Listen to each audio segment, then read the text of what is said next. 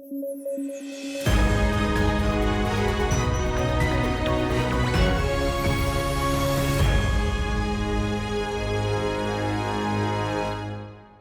News at 9 programme में आपका स्वागत है। मैं हूं अमृत उपाध्याय। आइए जल्दी से देखते हैं आज के रैपिड न्यूज में क्या है खास। अमेरिकी अंतरिक्ष यात्री बुच विल्मोर और सुनीता विलियम्स पिछले 9 महीने से इंटरनेशनल स्पेस स्टेशन ISS पर फंसे हुए हैं। वे जून 2024 में बोइंग स्टार लाइनर स्पेसक्राफ्ट से गए थे, लेकिन स्पेसक्राफ्ट में प्रोपल्शन से रिलेटेड प्रॉब्लम आ गई और इस वजह से इसे वापसी के लिए अनफिट घोषित कर दिया गया। अब नासा ने उनके लौटने की योजना बनाई है और वे 18 मार्च 2025 यानी कल स्पेसएक्स के क्रू ड्रैगन कैप्सूल से पृथ्वी पर लौटेंगे। उनके साथ अमेरिकी अंतरिक्ष यात्री निक हेग और रूसी कॉस्मोनॉट अलेक्जेंडर गोर्बुनोव भी वापस आएंगे। भारत सरकार ने क्वांटम कंप्यूटिंग तकनीक को बढ़ावा देने के लिए 4 थीमेटिक हब स्थापित करने की घोषणा की है। ये 4 hub Indian institute of science Bengaluru, IIT Mumbai, IIT Delhi और IIT चेन्नई में स्थापित किए गए हैं। यह पहल नेशनल क्वांटम मिशन का हिस्सा है। मिशन का उद्देश्य भारत में क्वांटम कंप्यूटर्स, सुरक्षित संचार प्रणाली और उन्नत सेंसर तकनीक विकसित करना है। आपको बता दें कि क्वांटम कंप्यूटर ट्रेडिशनल कंप्यूटर्स की तुलना में बहुत तेज होते हैं क्योंकि वे क्यूबिट्स पर काम करते हैं। क्यूबिट या क्वांटम बिट क्वांटम कंप्यूटिंग में सूचना की मूल इकाई होती है, जैसे ट्रेडिशनल कंप्यूटिंग में बाइनरी बिट सूचना की मूल इकाई होती है। भारतीय रिजर्व बैंक RBI को डिजिटल ट्रांसफॉर्मेशन अवार्ड 2025 मिला है, जो सेंट्रल बैंक लंदन द्वारा दिया जाता है। यह अवार्ड उन केंद्रीय बैंकों और वित्तीय संस्थानों को दिया जाता है जो डिजिटल नवाचार और तकनीकी सुधार में बेहतरीन काम करते हैं। RBI को यह सम्मान उसकी 2 डिजिटल पहल सारथी और प्रवाह के लिए मिला है। सारथी RBI के कर्मचारियों के लिए एक इंटरनल डिजिटल सिस्टम है जो रिकॉर्ड मैनेजमेंट को बेहतर बनाती है और सुरक्षित रूप से डिजिटल दस्तावेज को जमा करने में मदद करती है। इससे कागजी कामकाज खत्म हो गया है और विभागों के बीच तालमेल बेहतर हुआ है। वहीं प्रवाह एक डिजिटल प्लेटफॉर्म है जिससे बाहरी यूजर्स RBI को ऑनलाइन दस्तावेज जमा कर सकते हैं। केंद्रीय रेल मंत्री अश्विनी वैष्णव ने बताया कि हाइपरलूप प्रोजेक्ट के लिए इलेक्ट्रॉनिक्स तकनीक का विकास चेन्नई की इंटीग्रल कोच फैक्ट्री में होगा। दरअसल IIT मद्रास के डिस्कवरी कैंपस में एशिया की सबसे बड़ी हाइपरलूप टेस्ट फैसिलिटी है, जो 410 मीटर लंबी एक ट्यूब जैसी संरचना है। यह डिसीजन इसलिए लिया गया है क्योंकि इंटीग्रल कोच फैक्ट्री चेन्नई के विशेषज्ञ वंदे भारत ट्रेन के लिए इलेक्ट्रॉनिक सिस्टम डेवलप कर चुके हैं। अब वे हाइपरलूप की इलेक्ट्रॉनिक्स तकनीक पर काम करेंगे। हाइपरलूप ट्रेन एक हाई स्पीड ट्रांसपोर्टेशन तकनीक है जिसमें कैप्सूल जैसी एक लो प्रेशर ट्यूब में चलती हैं। इसमें इलेक्ट्रोमैग्नेटिक पावर का इस्तेमाल किया जाता है। यह सड़क, रेल या हवाई यात्रा से कहीं अधिक तेज और एनर्जी एफिशिएंट मानी जाती है। जर्मनी ने सीरिया को 300 मिलियन यूरो की सहायता देने की घोषणा की है। यह सहायता संयुक्त राष्ट्र और अन्य संगठनों के माध्यम से दी जाएगी। इसमें भोजन, स्वास्थ्य सेवाएं, इमरजेंसी शेल्टर्स और कमजोर लोगों की सुरक्षा शामिल है। यहाँ गौर करने वाली बात यह है कि इस फंड का अधिकांश हिस्सा सीरिया के लोगों के लिए होगा और इसे वहां की अस्थायी सरकार के बिना लागू किया जाएगा। इसके अलावा जॉर्डन, लेबनान, इराक और तुर्की में रह रहे सीरियाई शरणार्थियों और स्थानीय समुदायों को भी सहायता दी जाएगी। साउथ जोन कल्चरल सेंटर यानी SZCC ने संस्कृति मंत्रालय के तहत एक इनिशिएटिव की शुरुआत की है जिसका मकसद कंब रामायण की मौखिक परंपरा को पुनर्जीवित और संरक्षित करना है। ये कार्यक्रम 2 चरणों में पूरा होगा। पहले चरण में मंदिरों में पाठ होंगे। जैसे इस कार्यक्रम की शुरुआत तमिलनाडु के त्रिची में स्थित श्रीरंगम मंदिर में होगी। यहाँ तमिलनाडु के सांस्कृतिक समूह पारंपरिक तरीके से कंब रामायण का पाठ करेंगे। इसके बाद ये प्रस्तुतियां कुंभकोणम, चेंगलपुट्ट, तंजावुर, चेन्नई सहित कई मंदिरों में होंगी। दूसरे चरण में कंबरामेणु में महोत्सव आयोजित किया जाएगा। इसका उद्देश्य युवा पीढ़ी को कंब रामायण के जरिए जोड़ना और इस परंपरा को फिर से जीवंत करना है। आपको बता दें कि रामावतारम या कंब रामायण तमिल साहित्य की एक उत्कृष्ट रचना है। इसके रचयिता कंबम है जो कि कवि चक्रवर्ती की उपाधि से प्रसिद्ध हैं।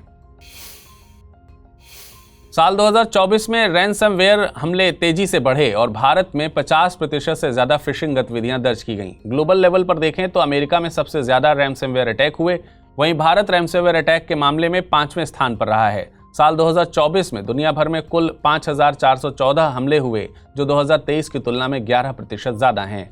सबसे ज्यादा निशाना बिजनेस सेक्टर बना, फिर रिटेल, मैन्युफैक्चरिंग और कंस्ट्रक्शन सेक्टर्स का स्थान रहा। यहाँ गौर करने वाली बात यह है कि रैनसमवेयर के बढ़ने की वजह रैनसमवेयर एज अ सर्विस है, जिससे नए साइबर अपराधी भी हमले कर सकते हैं। प्लास्टिक ओडेसी एक खास जहाज है जो दुनिया भर में प्लास्टिक प्रदूषण से लड़ने के लिए सफर कर रहा है। यह अक्टूबर 2022 में फ्रांस से रवाना हुआ और अब चेन्नई पोर्ट पर रुका है, जो भारत में इसका एकमात्र स्टॉप है। इस जहाज का मकसद प्लास्टिक प्रदूषण के लिए कम लागत वाले और टिकाऊ समाधान खोजना है ताकि प्लास्टिक रिसाइकलिंग को बेहतर किया जा सके। यह जहाज एक रिसर्च सेंटर की तरह काम करता है जहां रिसाइकलिंग वर्कशॉप, ट्रेनिंग रूम और लैब्स हैं। यहाँ प्लास्टिक से लकड़ी जैसी मजबूत सामग्री, टाइल और चश्मे बनाए जा रहे हैं। अब तक 400 से ज्यादा उद्यमी और लगभग 5000 बच्चे इस पहल से जुड़ चुके हैं। इस यात्रा का लक्ष्य दुनिया भर के देशों में माइक्रो रिसाइकलिंग फैक्ट्रियां खोलना है। इसका अगला पड़ाव रियूनियन द्वीप है। यह द्वीप हिंद महासागर में, मेडागास्कर के पूर्व में और मॉरिशस के दक्षिण में स्थित है। वैज्ञानिक neutrino less double beta decay नामक एक रेयर एटॉमिक प्रोसेस की खोज कर रहे हैं जो यह साबित कर सकती है कि न्यूट्रिनो खुद का ही एक एंटी पार्टिकल है। आमतौर पर हर कण का एक एंटी पार्टिकल होता है जो उसे विपरीत चार्ज वाला होता है। जैसे इलेक्ट्रॉन का एंटी पार्टिकल पॉजिट्रॉन है। अगर यह साबित हो जाता है कि न्यूट्रिनो और उसका एंटी पार्टिकल एक ही कण है तो यह फिजिक्स के मौजूदा नियमों को चुनौती देगा। इसके अलावा यह खोज इसलिए भी अहम है क्योंकि न्यूट्रिनो ब्रह्मांड में सबसे अधिक पाए जाने वाले कणों में से एक है। इसकी स्टडी से यूनिवर्स के कई रहस्यों को सुलझाने में मदद मिल सकती है। दीनदयाल अंत्योदय योजना राष्ट्रीय ग्रामीण आजीविका मिशन यानी DNRLM में अपना टारगेट अचीव कर लिया है। इस योजना के तहत महिलाओं को स्वयं सहायता समूह यानी SHG में संगठित किया गया है। इनकी आमदनी बढ़ाने व जीवन स्तर सुधारने में सहायता इससे होती है। 28 फरवरी 2025 तक यह योजना 28 राज्यों और 6 केंद्र शासित प्रदेशों के 745 जिलों और 7114 ब्लॉक्स में लागू हो चुकी हैं। अब तक 10.05 करोड़ महिलाएं 90.90 लाख स्वयं सहायता समूहों से जुड़ चुकी हैं। इसके अलावा सरकार स्वयं सहायता समूहों के उत्पादों को बेचने के लिए सरस मेले और ऑनलाइन प्लेटफॉर्म जैसे फ्लिपकार्ट, अमेजन, मीशो, जियोमार्ट और ई सरस जैसी वेबसाइट्स की मदद कर रही है। इससे महिलाएं आत्मनिर्भर बन रही हैं। दोस्तों, अगर आप यूपीएससी एस्पिरेंट हैं तो आपके लिए गेम चेंजिंग अपॉर्चुनिटी है स्टडी IQ का नया संपूर्ण बैच। एक कॉम्प्रिहेंसिव प्रोग्राम जिसमें टॉप एडुकेटर्स के साथ 1000+ आवर्स की live classes, personalised mentorship and hand written notes से लेकर PRP, MRP जैसे इंटेंसिव प्रोग्राम्स हैं। प्रीलिम्स और मेंस स्कॉलरशिप के तहत प्रीलिम्स क्लियर करने पर पूरी फीस रिफंड हो जाएगी। टॉप परफॉर्मर्स के लिए हर मंथ 11,000 रुपीज का cash reward. Economically weaker sections के लिए स्पेशल उड़ान स्कॉलरशिप भी है। X secretary Anil Swarup sir खुद गाइड करेंगे आपको इस जर्नी में। स्टडी IQ पर 2 करोड़ इंडियंस का ट्रस्ट है और अब संपूर्ण बैच के साथ आपका यूपीएससी ड्रीम भी होगा अचीव। सिल्वर, गोल्ड या platinum, choose the plan that fits your needs. आपको करना क्या है, स्टडी IQ वेबसाइट पर जाइए, यूपीएससी संपूर्ण बैच पर क्लिक कीजिए and once you click on buy now आप देख सकते हैं डिस्काउंट कोड्स। वहां पर टाइप कीजिए अमृत लाइव एंड आपको मिलेगा सबसे lowest price. And obviously your IAS journey starts here.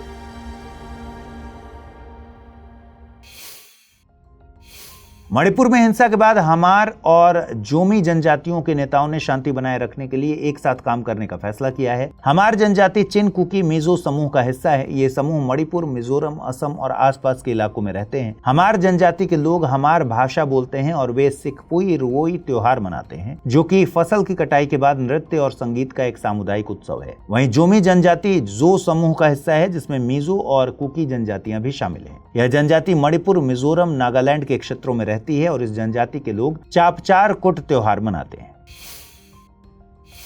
Bharat और मालदीव के बीच व्यापार अब भारतीय रुपए और मालदीवियन रुपया में हो सकेगा। फिलहाल दोनों देश एशियाई क्लियरिंग यूनियन सिस्टम का इस्तेमाल करते हैं। एशियाई क्लियरिंग यूनियन यानी ACU एक पेमेंट सेटलमेंट सिस्टम है। इसकी स्थापना 1974 में एशिया और प्रशांत क्षेत्र के लिए संयुक्त राष्ट्र आर्थिक और सामाजिक आयोग ने की थी, जिसमें अलग अलग देशों के सेंट्रल बैंकों के माध्यम से पेमेंट का सेटलमेंट किया जाता है। आपको बता दें कि भारत मालदीव का सबसे बड़ा व्यापारिक साझेदार है और दोनों देशों के बीच सालाना 548 मिलियन अमेरिकी डॉलर से ज्यादा का व्यापार होता है।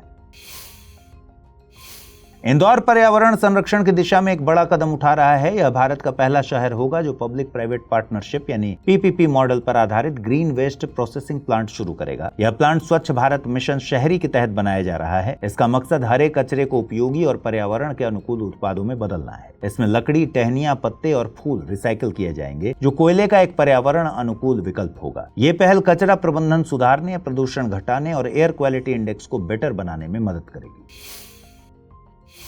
वुलर झील भारत की सबसे बड़ी मीठे पानी की झील है, लेकिन अब यह गाद भरने से सिकुड़ रही है जिससे बाढ़ का खतरा बढ़ रहा है। यह झील जम्मू कश्मीर के बांदीपुरा जिले में स्थित है, जो हरमुख पर्वत के पास 1580 मीटर की ऊंचाई पर है और श्रीनगर से लगभग 50 किलोमीटर दूर है। यह झेलम नदी से पानी प्राप्त करती है और इस झील की उत्पत्ति पृथ्वी की भूगर्भीय हलचलों के कारण हुई थी, जो प्राचीन सतीसर झील का अवशेष मानी जाती है। झील में एक कृत्रिम द्वीप जैनालंक भी है, जिसे कश्मीर के अकबर यानी जैनुल आबिदीन ने बनवाया था। 1990 में वुलर लेक को रामसर कन्वेंशन के तहत अंतर्राष्ट्रीय महत्व की आर्द्र भूमि घोषित किया जा चुका है।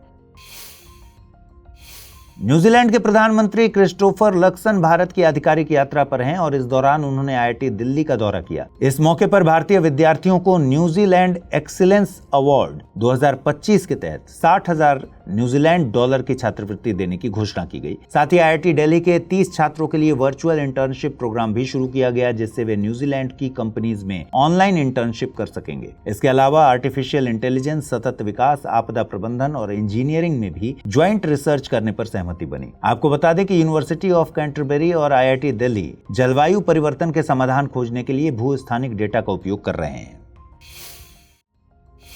कवच भारत में विकसित एक स्वचालित ट्रेन सुरक्षा प्रणाली है, जो रेल यात्रा को सुरक्षित बनाने के लिए बनाई गई है। अगर लोको पायलट समय पर ब्रेक नहीं लगाता तो दुर्घटना से बचने के लिए यह अपने आप ब्रेक लगा देती है। यह खराब मौसम में भी कारगर है। इसके तहत स्टेशनों पर कवच, पटरियों पर RFID tag, telecom tower, optical fibre cable और लोकोमोटिव पर कवच उपकरण लगाए जाते हैं। 1665 किलोमीटर रेलवे ट्रैक पर सफल परीक्षण करने के बाद 2024 में कवच वर्जन 4.0 को मंजूरी मिली थी। अब सरकार का प्लान है कि 10,000 रेल इंजनों और 15,000 किलोमीटर रेलवे ट्रैक पर कवच लगाया जाएगा, जिसके लिए बजट में 1112.57 करोड़ रुपए आवंटित किए गए हैं।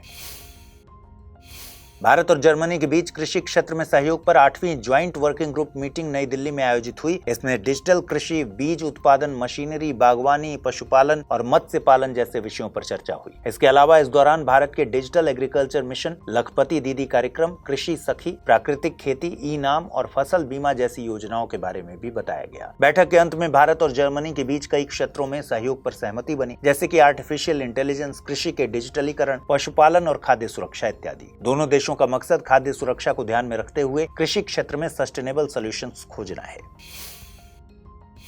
हर साल 20 मार्च को विश्व गौरैया दिवस मनाया जाता है। इसका मकसद शहरीकरण, प्रदूषण और आवास की कमी के कारण तेजी से घटती गौरैया की संख्या के प्रति जागरूकता को बढ़ाना है। गौरैया कीटों को नियंत्रित करने, परागण में मदद करने और बीज फैलाने में अहम भूमिका निभाती हैं। इस दिन को मनाने की शुरुआत 2010 में नेचर फॉरएवर नामक संगठन ने की थी। अब इसे 50 से अधिक देशों में मनाया जाता है। आजकल भारत में गौरैया की संख्या तेजी से घट रही है। बिना लेड वाले पेट्रोल और कीटनाशकों के उपयोग से उनके भोजन के स्रोत प्रभावित हो रहे हैं। इसके अलावा आधुनिक इमारतों में घोंसले बनाने की जगह भी कम हो गई है। पहली बार डॉग फेस्ड वाटर स्नेक को असम के नलबाड़ी जिले में देखा गया, जो इसके सामान्य तटीय निवास स्थान से बहुत दूर है। यह सांप कम जहरीला होता है। आमतौर पर यह मैंग्रोव, कीचड़ वाले तटीय इलाकों और नदियों के मुहानों में पाया जाता है। यह मछलियों का शिकार करता है, लेकिन असम में इसकी मौजूदगी वैज्ञानिकों के लिए चौंकाने वाली है। विशेषज्ञों का मानना है कि पर्यावरण में हो रहे बदलावों की वजह से शायद इसके रहन सहन में परिवर्तन आ रहा है। आपको बता दें कि उभयचरों और सरीसृपों का अध्ययन हर्पेटोलॉजी के अंतर्गत आता है, जो कि प्राणी विज्ञान की एक शाखा है। केंद्रीय मंत्रिमंडल की आर्थिक मामलों की समिति ने महाराष्ट्र में 6 lane high speed greenfield national highway के निर्माण को मंजूरी दी है, जो महाराष्ट्र में जवाहरलाल नेहरू पोर्ट से चौक तक जाता है। इसकी लंबाई 29.219 किलोमीटर होगी, जिसे बनाने में 4500.62 करोड़ रुपए खर्च होंगे। इसे BOT यानी बिल्ड, ऑपरेट और ट्रांसफर मॉडल पर विकसित किया जाएगा। इसे PM गति शक्ति योजना के तहत बनाया जा रहा है, जिसका मकसद बंदरगाहों को बेहतर सड़क कनेक्टिविटी देना है। अभी ट्रैफिक की वजह से JNPA पोर्ट से मुंबई पुणे एक्सप्रेसवे और NH48 तक पहुंचने में 2 से 3 घंटे लगते हैं, लेकिन इसके बनने के बाद ये समय काफी कम हो जाएगा। इसके अलावा यह नया हाईवे मुंबई पुणे क्षेत्र में व्यापार, विकास और परिवहन सुविधाओं को भी मजबूत करेगा। दोस्तों, अगर आप UPSC एस्पिरेंट हैं तो आपके लिए गेम चेंजिंग अपॉर्चुनिटी है स्टडी IQ का नया संपूर्ण बैच। एक कॉम्प्रिहेंसिव प्रोग्राम जिसमें टॉप एडुकेटर्स के साथ 1000+ आवर्स की live classes, personalised mentorship and hand written notes से लेकर PRP, MRP जैसे इंटेंसिव प्रोग्राम्स हैं। प्रीलिम्स और मेंस स्कॉलरशिप के तहत प्रीलिम्स क्लियर करने पर पूरी फीस रिफंड हो जाएगी। टॉप परफॉर्मर्स के लिए हर मंथ 11,000 रुपीज का cash reward, economically weaker sections के लिए स्पेशल उड़ान स्कॉलरशिप भी है। X secretary Anil Swarup sir खुद गाइड करेंगे आपको इस जर्नी में। स्टडी IQ पर 2 करोड़ इंडियंस का ट्रस्ट है और अब संपूर्ण बैच के साथ आपका UPSC ड्रीम भी होगा अचीव। सिल्वर, गोल्ड या platinum, choose the plan that fits your needs. आपको करना क्या है, स्टडी IQ वेबसाइट पर जाइए, UPSC संपूर्ण बैच पर क्लिक कीजिए and once you click on buy now, आप देख सकते हैं डिस्काउंट कोड्स। वहां पर टाइप कीजिए अमृत लाइव एंड आपको मिलेगा सबसे lowest price. And obviously your IAS journey starts here.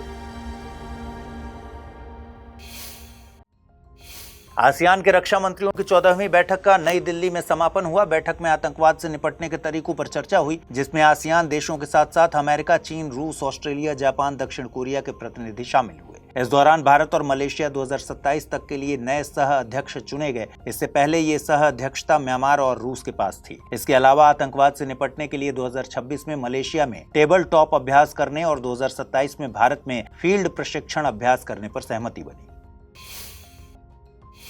साल 2023-24 में भारत से 3348 मीट्रिक टन रेशम कचरे का निर्यात किया गया, जिसका बेहतर इस्तेमाल किया जा सकता था। यहाँ गौर करने वाली बात है कि भारत में मुख्य रूप से कच्चे रेशम का आयात किया जाता है, न कि रेशम कचरे से बने उत्पादों का। इसलिए रेशम कचरे के बेहतर उपयोग के लिए असम और मणिपुर में 3 सिल्क मिल स्थापित की जा रही हैं। इसके अलावा सरकार सिल्क समग्र 2 योजना के तहत छोटी छोटी स्पिनिंग मशीनों को भी बढ़ावा दे रही है। इसके लिए केंद्रीय रेशम बोर्ड और राज्य सरकारें मिलकर काम कर रही हैं।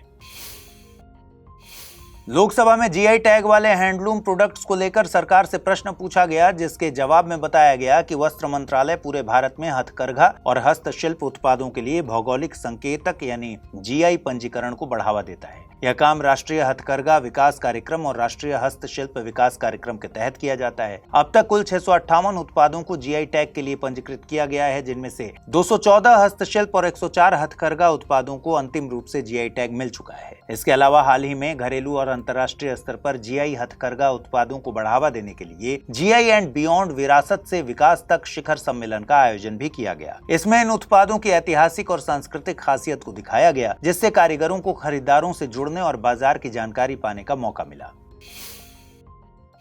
दार्जिलिंग में Padmaja Naidu Himalayan zoological park ने भारत का पहला फ्रोजन जू शुरू किया है। इसका उद्देश्य लुप्तप्राय हिमालयी प्रजातियों को बचाना है। इसमें रेड पांडा और हिम तेंदुए जैसे जानवरों का DNA, शुक्राणु, अंडाणु और भ्रूण -196 डिग्री सेंटीग्रेड पर सुरक्षित रखा जाता है। ये जूलॉजिकल पार्क हैदराबाद के centre for cellular and molecular biology के साथ मिलकर काम कर रहा है। यहाँ जंगली और पालतू जानवरों से टिश्यूज के सैंपल इकट्ठे किए जाते हैं। फिर इन नमूनों का उपयोग इन विट्रो फर्टिलाइजेशन जैसी तकनीकों से प्रजातियों को फिर से जीवित करने के लिए किया जा सकता है। आपको बता दें कि ऐसा पहला फ्रोजन जू 1975 में अमेरिका के सैन डिएगो में बनाया गया था। गूगल ने फायरसेट प्रोजेक्ट के तहत पहला सैटेलाइट लॉन्च किया है, जो आर्टिफिशियल इंटेलिजेंस की मदद से जंगल की आग पर नजर रखेगा। इस प्रोजेक्ट के तहत 50 सैटेलाइट भेजे जाएंगे, जो 5 × 5 मीटर के एरिया में फैली छोटी आग की भी पहचान कर सकेंगे। पहला सैटेलाइट म्यून स्पेस ने बनाया है, जिसमें खास इंफ्रारेड कैमरे लगे हैं जो दूर से ही आग को पहचान सकते हैं। पहले चरण में अगले साल तक 3 सैटेलाइट लॉन्च किए जाएंगे, जो दिन में 2 बार अपडेट देंगे। लेकिन फ्यूचर में हर 20 मिनट में पूरी पृथ्वी की निगरानी करने का टारगेट है। फिलहाल गूगल, म्यून स्पेस, अर्थ फायर अलायंस और मूर फाउंडेशन इस प्रोजेक्ट को चला रहे हैं। तो आज इस बुलेटिन में फिलहाल इतना ही। ख्याल रखिए अपना, ठीक से पढ़ाई कीजिए। नमस्कार।